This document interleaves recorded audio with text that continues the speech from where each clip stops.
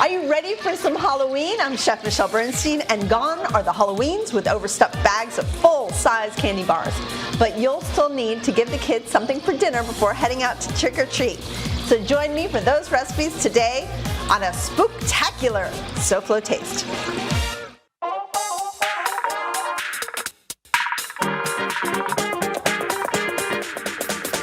How fun is that?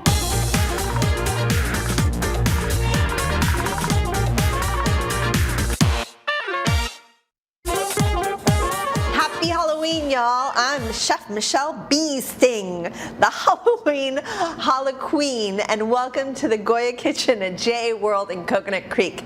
It's very hard to keep a straight face. Halloween may be a bigger deal than it was last year, but we know it's still not what it once was. So today I thought it would be fun to celebrate Halloween by giving you recipes for a Halloween dinner.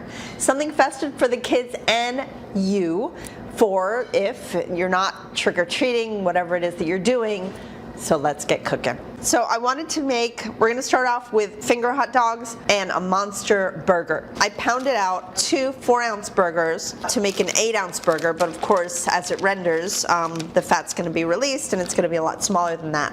So I really wanted to do a 2-patty burger because it's kind of like what I like as well. So let's do that.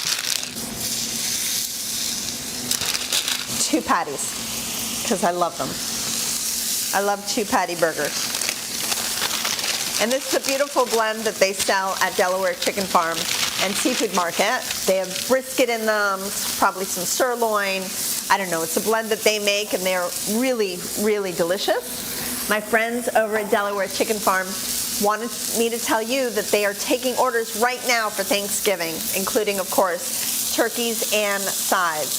I have been going there since I was a little girl. I would go with my mom and she would always order her turkeys there for every Thanksgiving. So you can call in your order right now and you'll be able to pick it up when the time comes. It's just a curbside delivery. It's really simple. They're at 4191 North State Road 7 in Hollywood. And just go to DelawareChicken.com to find more information, or of course call them 954-983-6831 to place an order with them. And it's just a great start to Thanksgiving. You can start planning everything. I can tell you how to cook it. Tell them I sent you. All right, so that's that. So we're gonna just griddle these until however it is, the doneness that your family seems to like. I'm also cooking some hot dogs, and real quickly, let me show you how we did these hot dogs. So to make this look like a finger, and eventually a bloody finger, you're going to make a little nail and then a nail bed. Maddie, who does my hair and makeup here, did a really, really great job at this. Me, not so much. So let's cut just like a nail would be, kind of a shape of a nail. And she really cut into the nail bed a little deeper than I did, which I think made it look really, really real. And then you go back and you kind of just peel the top off. Oh, Maddie, I kind of did it. Not as good as you, but nearly. Okay, we're going to keep peeling with the sharp part of the knife until you have kind of the nail bed. And then you can take it and, you know, cut the little lines that are on the fingers any which way, couple here around the knuckle. And if you want, which I didn't do because I like to fill the whole bun, but you can rip off the bottom to make it look like somebody's finger got ripped off. And then you go ahead and cook those, and those are already cooking in there. Let's go ahead and flip the burgers without, of course, my wings setting on fire.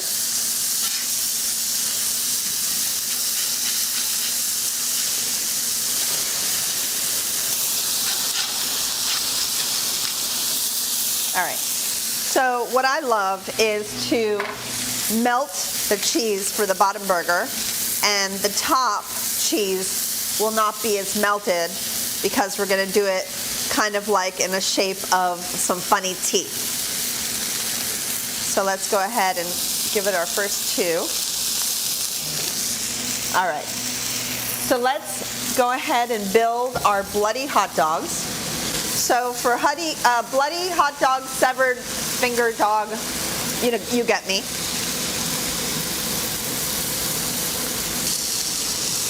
All right, let's put our finger right in there.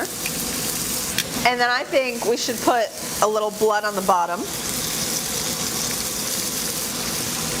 This actually looks pretty darn good. Does it look fingery? Okay, great.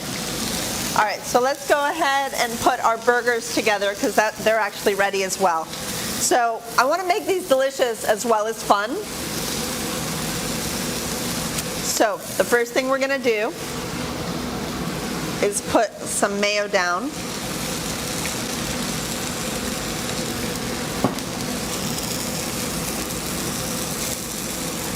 On both sides.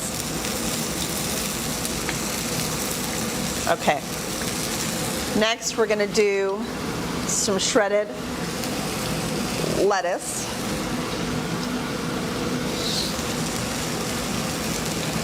Now we're going to take our burgers, and the first one we're going to do is the melted cheese one, going down first.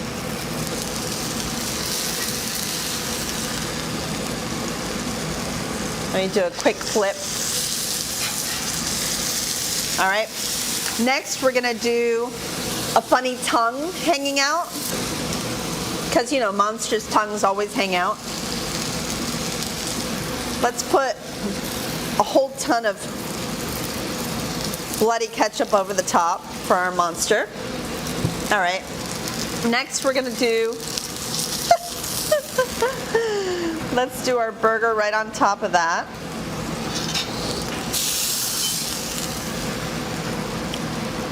Okay. For the top burger, we've got, like I told you, these funny teeth made from the cheese. Super easy to do, like a little zigzag. So I'll put 2 slices of that on each one.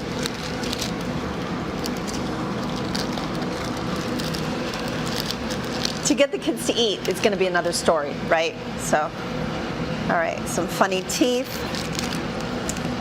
All right, I love it. Very cool. And lastly, let's go ahead and top these, but I think I'm going to cut the burger completely. There we go. The bun completely off. So let's smash that to make sure they see the blood. Yes. Then we're going to take the olives, because those are the eyes.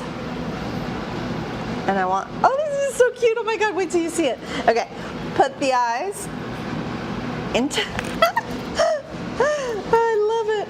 Okay, and then this guy needs eyes as well. Check this out. How cute is that? I love him. I want to take him home.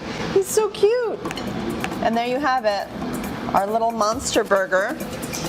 All right, come right back. We have a bunch more crazy stuff going on.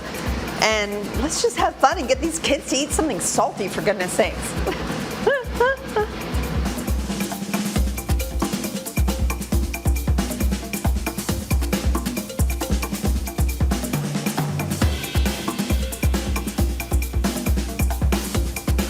Stick around. Things are just heating up in the Goya kitchen at J.A. World on SoFlo Taste.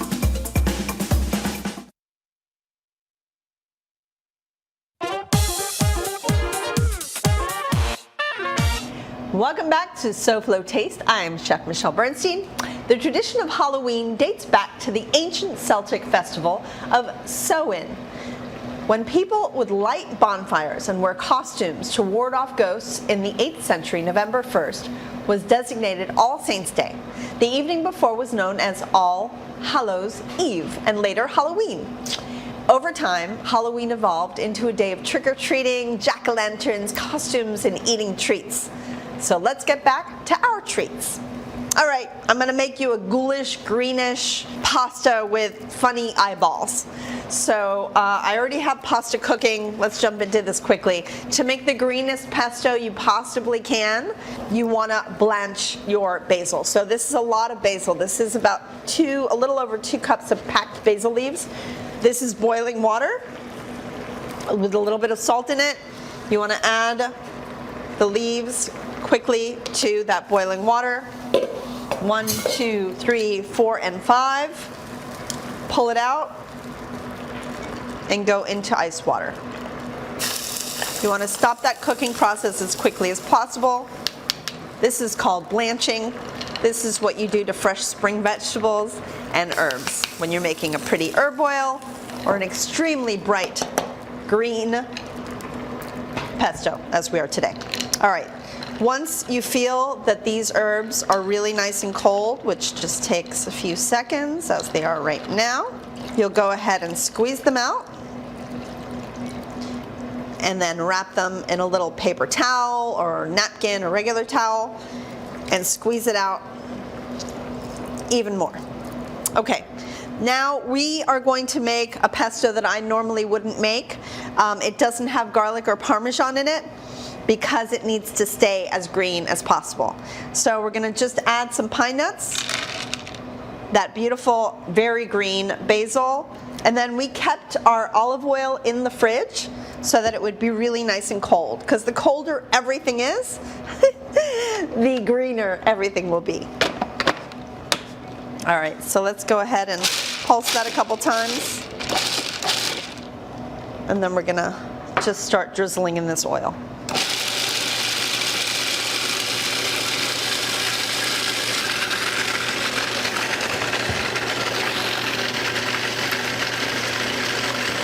We really want it really green, so we're just going to keep chopping it. Looks pretty good. All right, while that's going, I'm just going to go ahead and make my little eyeballs. So I have half-cut little tiny mozzarella balls here. We're going to go ahead and put little thin slices of black olives. And these are those olives that you'd find in any can in any supermarket. They don't have a lot of flavor, and they're not off-putting to the children. Okay? I think we're good there.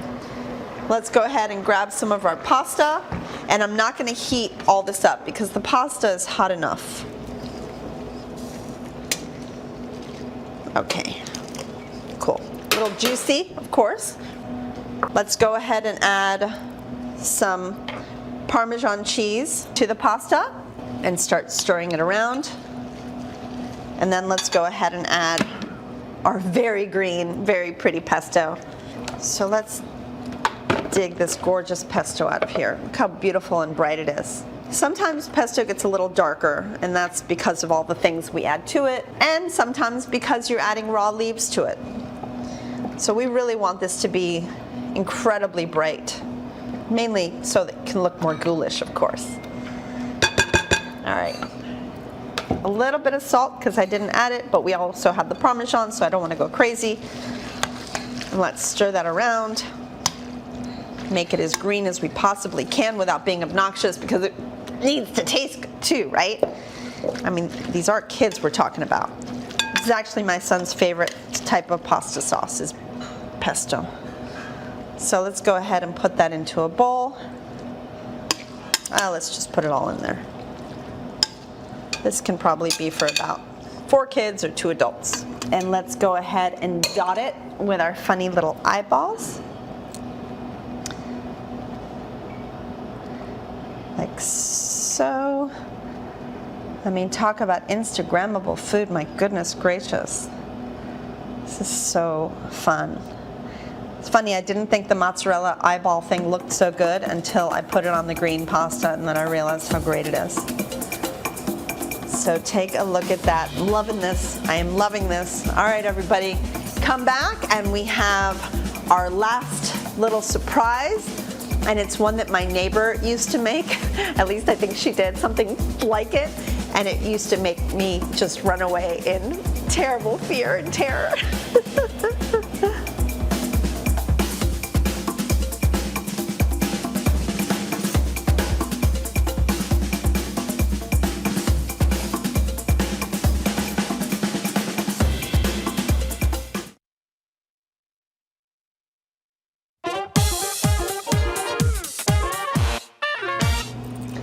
Welcome back to SoFlo Taste. We are here at JA World in Coconut Creek. For information about this educational place and what it does for our kids, go to jasouthflorida.org or call 954-979-7100.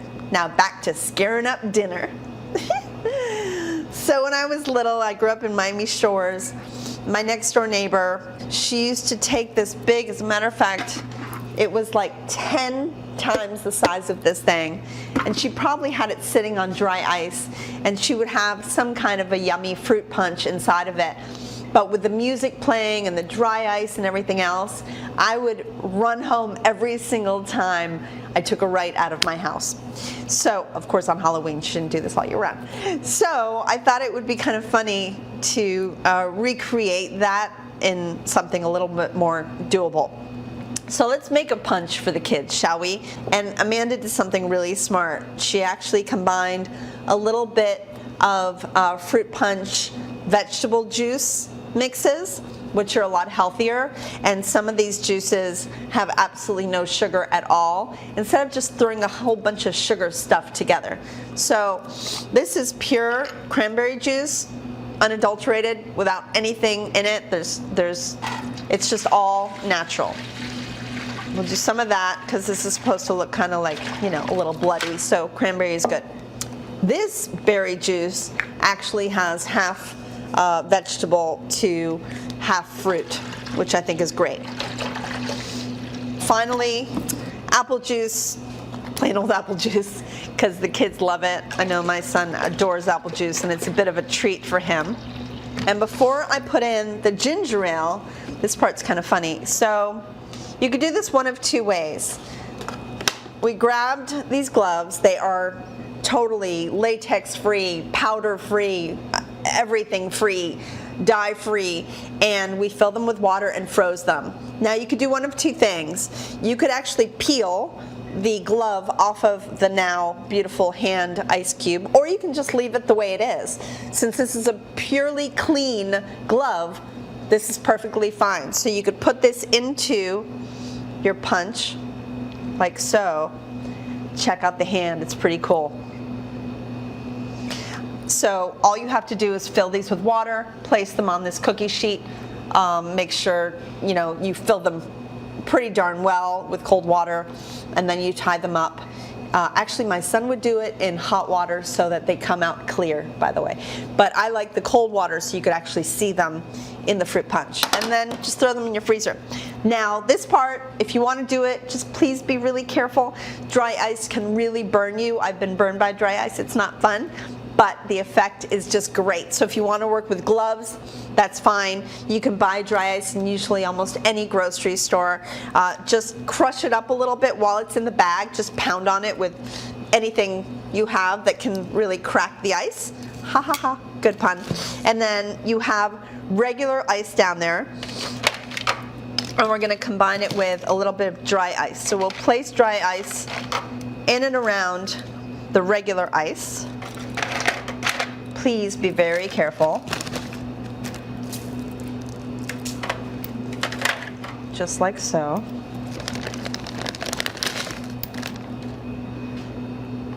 And don't let the kids do it, because they're gonna wanna, but try not to let them touch it. All right, there we go. So there's our ice. Now, the fun part.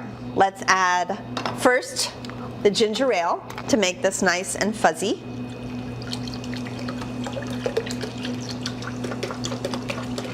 And, of course, a little bit of hot water for the dry ice.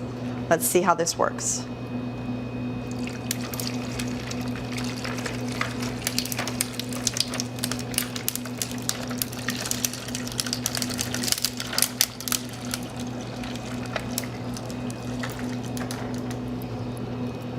And there you have it, rather ghoulish.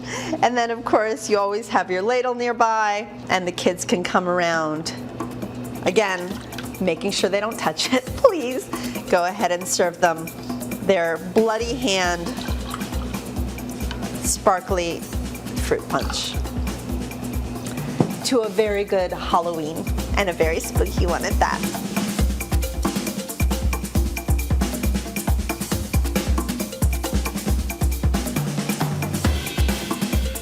SoFlo Taste will return right after this.